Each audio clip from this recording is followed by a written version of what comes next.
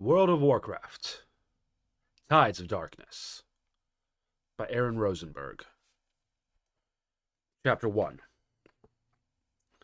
Despite himself, Lothar was impressed.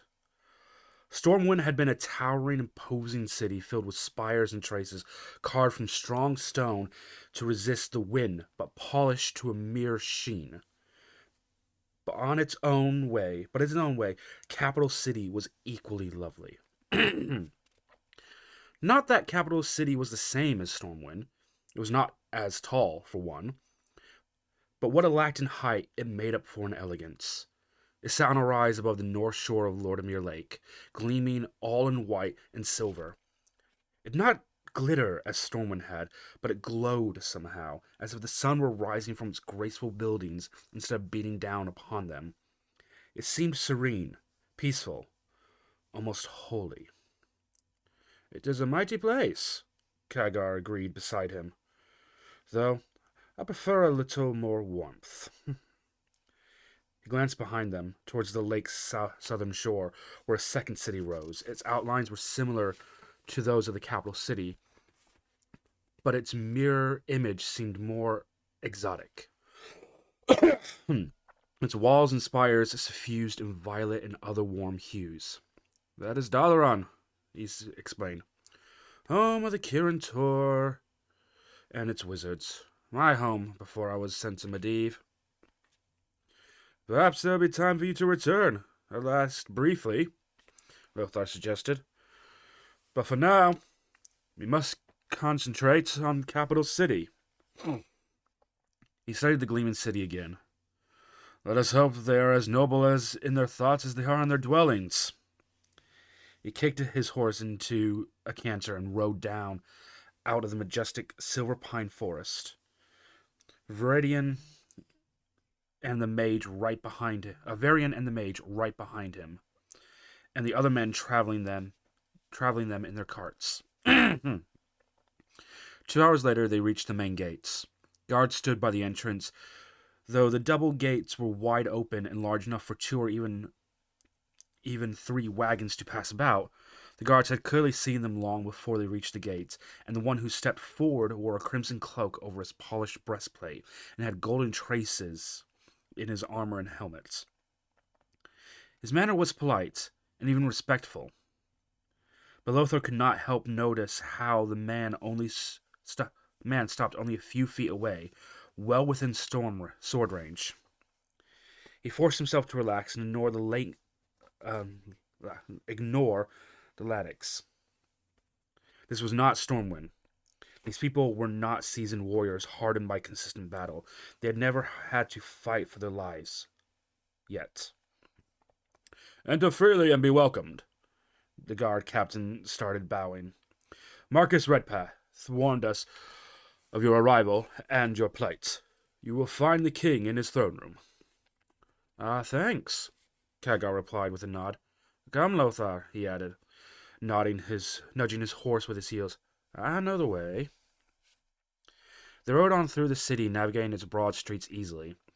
Khadgar did indeed seem to know the way, and never slowed to ask directions or puzzle over a turn until they had reached the palace itself. There, they surrendered their horses to some of their companions, leaving them to mind the steeds. Lothar and the Prince Varian were already striding up the palace's wide steps, and Khadgar quickly joined them. They stepped through the palace's outer doors and into a wide courtyard, almost an outdoor hall. Viewing boxes lined the sides, though empty now. Lothar was sure they filled with people during celebrations.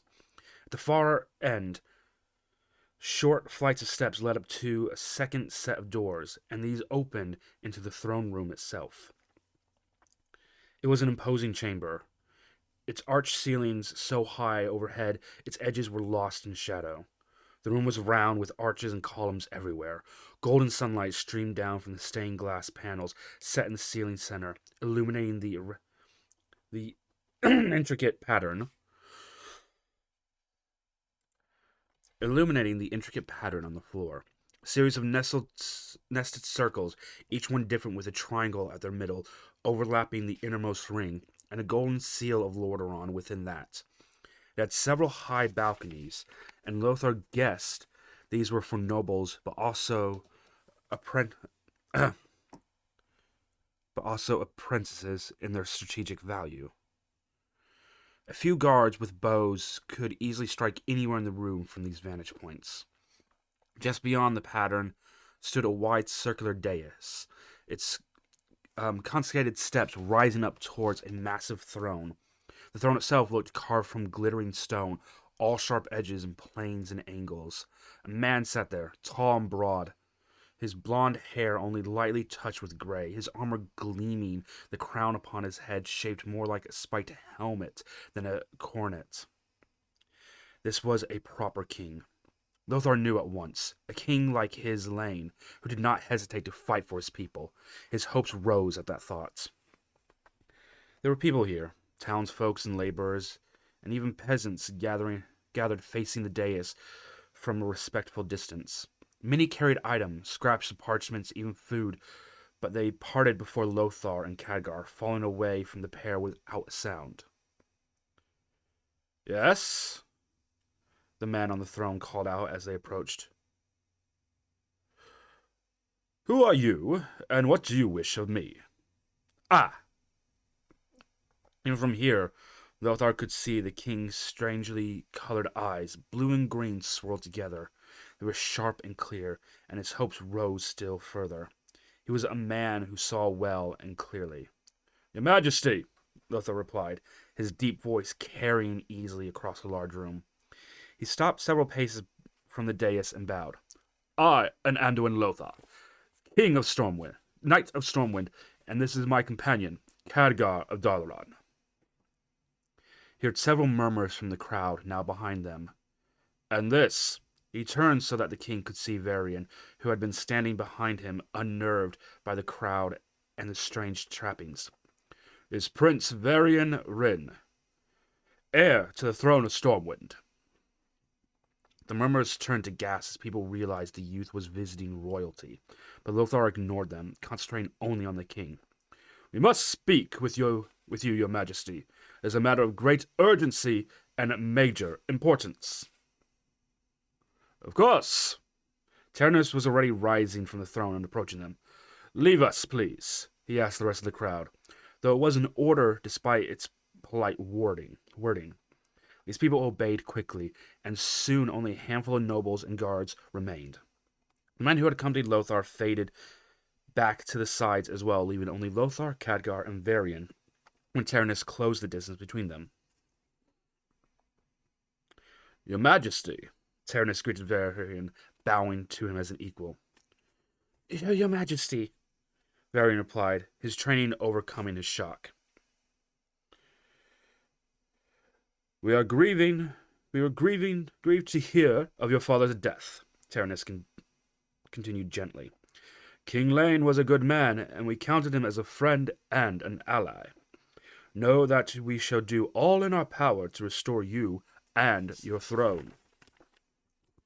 "Thank you," Varian said, though his lower lip trembled slightly. "Now come and sit, and tell me what has happened," Drakness instructed, gesturing to the dais steps. He sat on the top one himself and motioned for Varian to sit beside him. "I have seen Stormwind myself, and admired its strength and beauty. What could destroy such a city?" "The Horde," Khadgar said, speaking for the first time since they had entered the throne room. Drakness turned towards him, and Lothar was close enough to see the king's eyes narrow slightly. "The Horde did this." "And what is the Horde?" Drakness demanded, turning first to Varian and then to Lothar. "It is an army." "More than an army," Lothar replied. "It is a multitude, more than can be counted, enough to cover the land from shore to shore." "And who commands these legions of men?" Drakness asked. "Not men," Lothar corrected. "Orcs." At the king's puzzlement, Lothar explained. "A new race, one not native to this world. They are as tall as we are and more powerfully built, with green skin and glowing red eyes, and great tusks from their lower lips." A noble snorted somewhere, and Lothar turned, glaring. You doubt me? He shouted, turning towards each of the balconies in turn, looking for the one who laughed. You think I lie? He struck his armor with his fist near one of the more prominent dents. This was made by an orc warhammer. He struck another spot. And this by an orc war axe, pointing to a gash along one forearm. And this came from a tusk when one jumped me and was too close for our blades to strike. Another one. These foul creatures have destroyed my land, my home, my people. If you doubt me, come down here and say so to my face. I will show you what sort of man I am and what happens to those who accuse me of falsehood. Enough, Drakness shouted, silenced any possible reply, anger playing in his own voice. But when he turned to Lothar, the warrior could see the king's anger was not directed at him. Enough, the king said again, more softly. None here doubt your word, champion, he assured Lothar, a stern look around daring any of the nobles to disagree. I know of your honor and your loyalty. I'll take you at your word, though such creatures sound strange to us. He turned and nodded at Khadgar. And with one of the wizards of Dalaran beside you as a witness, we cannot discount what you say, nor the notion of races never seen before here. Thank you, King Drakness, Lothar replied formally, reining his anger back in. He was not sure what to do next. Fortunately, Drakness was. I will summon my neighboring kings, he announced. These events concern us all. He turned back towards Varian. Your Majesty, I offer you my home and my protection for as long as you shall need it, he stated, loud enough for all to hear. When you are ready, know that Lordaeron will assist you in reclaiming your kingdom. Lothar nodded. Your Majesty, you're most gracious, he said on Varian's behalf, and I can think of no safer and finer place for my prince to reach his maturity than here in the capital city. Know, however, that we did not come here merely for sanctuary. We came here to warn you. He stood tall, his voice rumbling across the room, his eyes not leaving Lordaeron's king. For know this, the Horde will not stop at Stormwind. They mean to claim the entire world, and they have the might and numbers to make the dream a reality. Nor do they lack magical might. Once they have finished with my homeland, his voice grew deeper and rougher, and he forced himself to continue.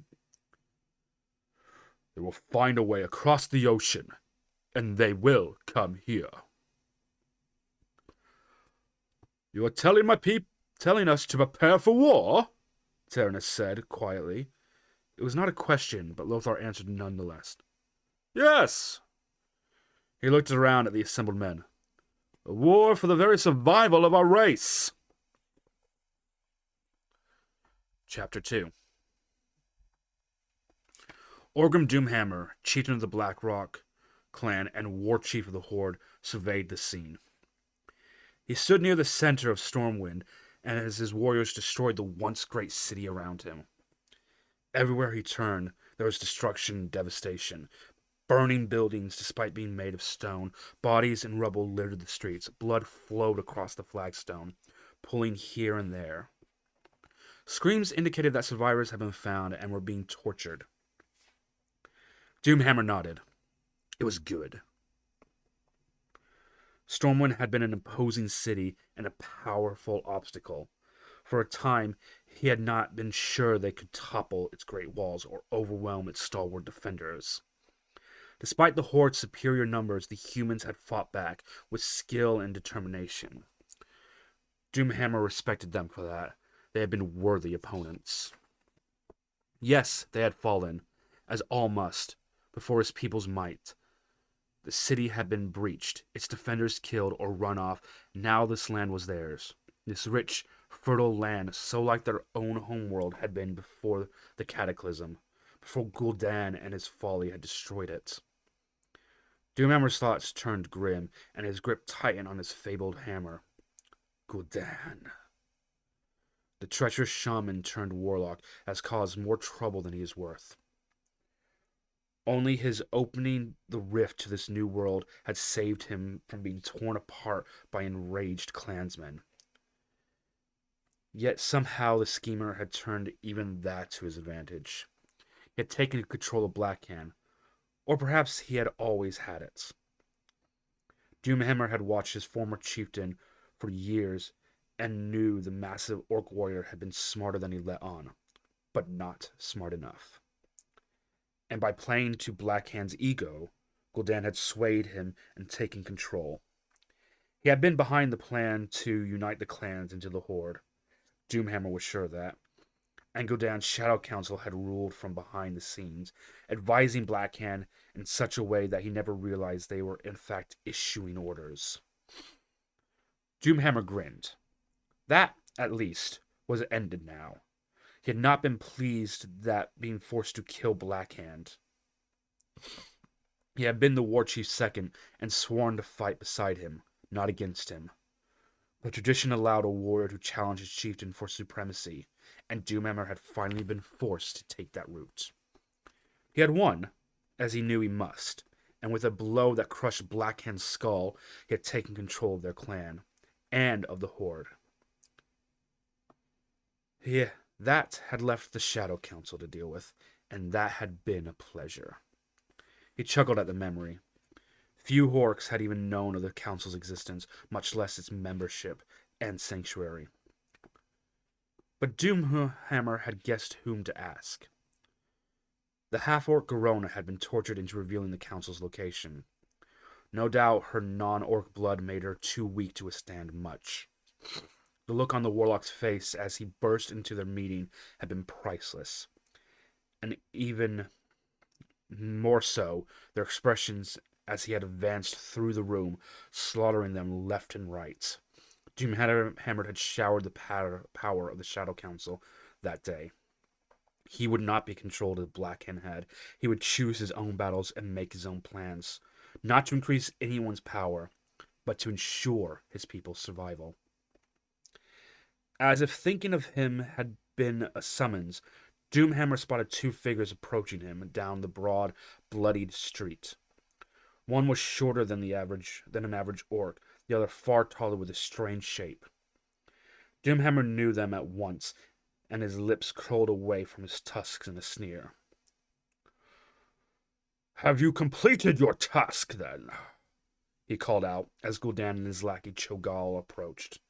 He kept his gaze on the warlock, barely sparing a sharp glance at his hulking subordinate. Doomhammer had fought ogres all his life, as had most orcs. He had been disgusted when Blackhand had forged an alliance with the monstrous creatures, though he admitted they had their use in combat. But he still did not like or trust them, and Cho'Gall was worse than most. He was one of that rare breed, the two-headed ogre, and had far more intelligence than his brutish brethren. Cho'Gall was a mage in his own right, and the idea of an ogre with such power filled Doomhammer with dread.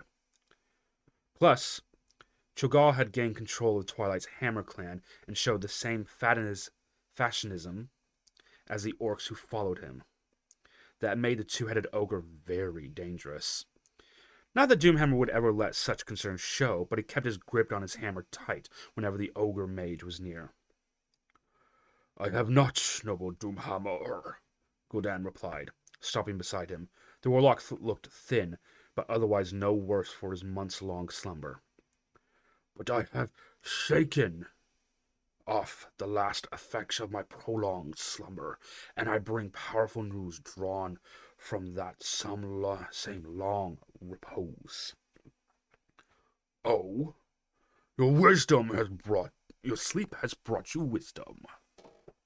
It has shown me the path to great power," Gul'dan admitted, lust clear in his eyes, but Doomhammer knew it was not an ordinary lust, nor for females or fine food or wealth.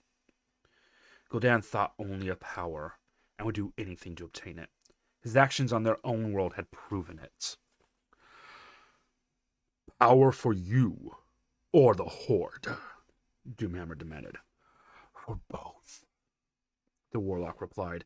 His voice dropped to a sly whisper. I have seen a place, ancient beyond imagining, older even than the sacred mountains of our home world. It lies beneath the waves, and within it rests a power that could reshape this world. We could claim it as our own, and none could stand against us. None can stand against us now, Doomhammer growled back, and I prefer the honest might of hammer and axe to whatever fool sorceries you have uncovered. Look what your scheming did to our world and to our people the last time! I will not have you destroy them further or wreck this new world just as we have begun to conquer it. This is far greater than your desires, the warlock snapped, his temper brushing aside any pretense of civility. My destiny lies beneath the waters, and there is little you can do to stop that. This horde is but the first step in our people's path, and it shall be I who lead them beyond here, not you. Have a care, warlock, Doomhammer replied, his hammer coming up to tap Gul'dan lightly on the cheek. Remember what's happened to your precious Shadow Council. I could crush your skull in an instant, and then where will your destiny lie? He glowered at the towering Cho'Gall. And don't think this abomination will save you. He snarled, raising the hammer higher, and laughing as the ogre mage stepped back. Fear washed across both his faces. I have felled ogres before, even Gron. I can and will do so again. He leaned in close. Your goals are no longer important. Only the horde matters. For an instant, he saw anger flicker in Gul'dan's eyes, and thought the warlock might not back down, and a part of him rejoiced. Doomhammer had always admired and revered his people's shaman, as had all orcs. But these warlocks were something far different. The power did not come from the elements or the ancestor spirits, but from some other horrible source. It had been their magic that had turned his people from wholesome brown to gruesome green, and was killing their own world, forcing them to come here to survive. And Gul'dan was their leader, their instigator, by far the most powerful, most cunning, most selfish of them all. Doomhammer knew the warlock's value to the horde, but he could not help but feel they would all be better off without them. Perhaps Gul'dan saw this in his own eyes, for the anger vanished, replaced by caution and grudgingly respect. Of course, mighty Doomhammer, the warlock said, dropping his head. You are correct. The horde must come first. He grinned, fully recovered from his fright, the anger apparently gone, or at least buried deep once more. And I have many new ideas to aid our conquest. First, I shall deliver the warriors I promised. Unstoppable, but fully under your control. Doomhammer nodded slowly. Very well, he grunted. I will not ignore anything that could make our success more assured. He turned away, dismissing the warlock and his lieutenant, and Gul'dan took the hint, bowing and walking away. Cho'Gall stomped along beside him. Doomhammer knew he would have to watch both of them very closely. Gul'dan was not one to take an insult lightly, or allow anyone to control him for long, but until the warlock stepped out of line, his magic would be useful, and Doomhammer would take full advantage of that. The sooner they could crush any opposition, the sooner his people could set aside their weapons and turn to building homes and families once more. With that in mind, Doomhammer sought out another one of his lieutenants, finding him at last in what had once been a great hall, feasting upon the food and drink they had found there. Zulahead! The orc shaman glanced up at Doomhammer, shouted his name, and quickly stood, pushing away the goblet and platter before him.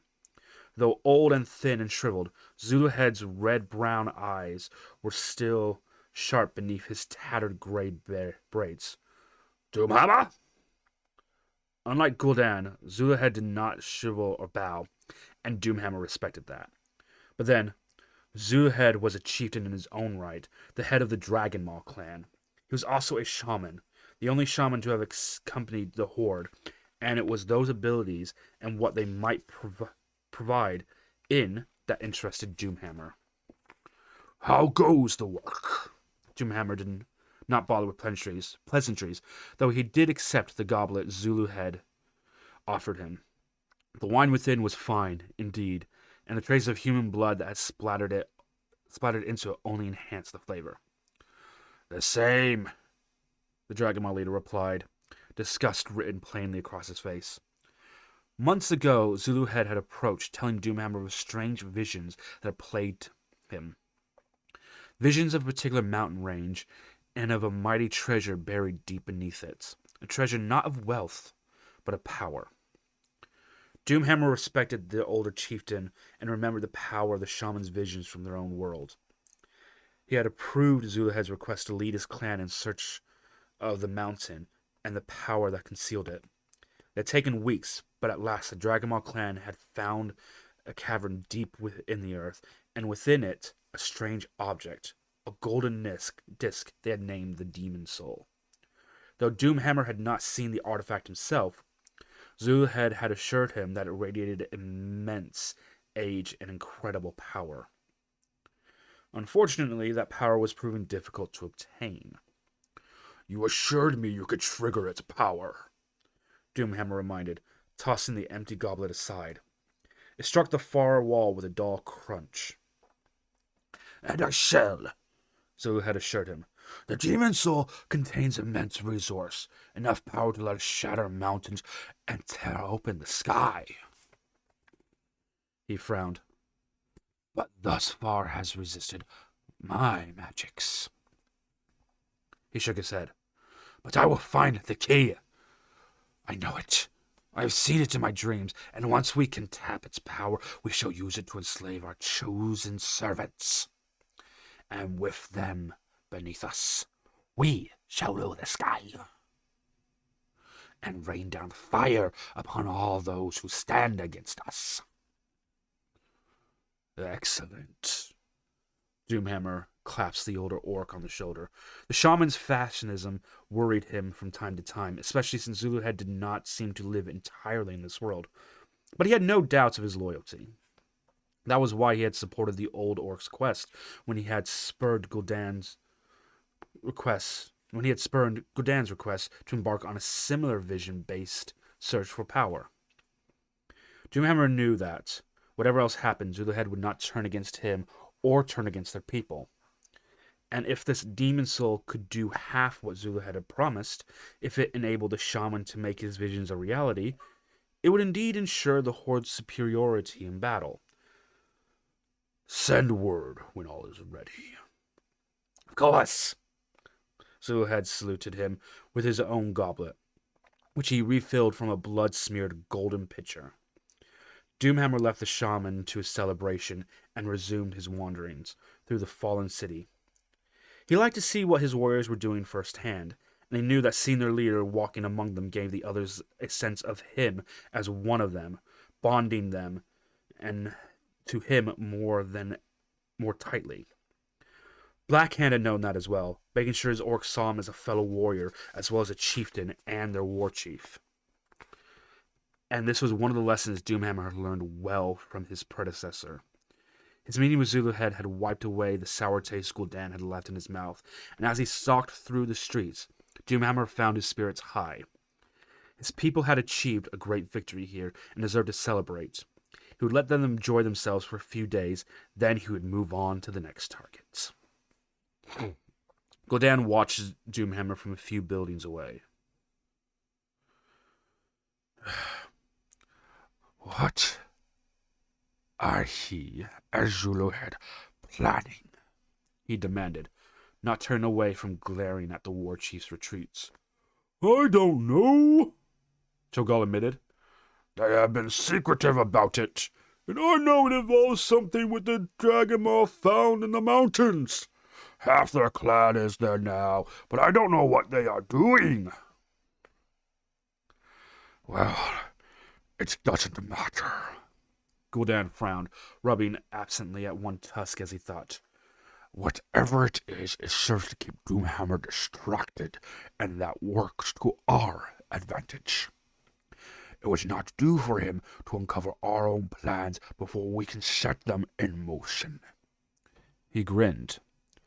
And then, it will be too late for him. You will replace him as war chief? Cho'Gall, Otherhead asked as they moved away, returning to the quarters they had set aside for them. Myself, no. Gul'dan laughed. I have no desire to march through the streets with an axe or hammer, meeting my foes in flesh, he admitted. My path is a far greater one.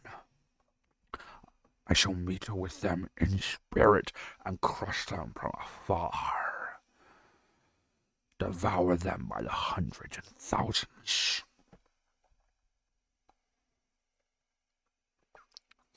He smiled at the thought. Soon, all that I was promised shall be mine, and then Doomhammer will be nothing against me.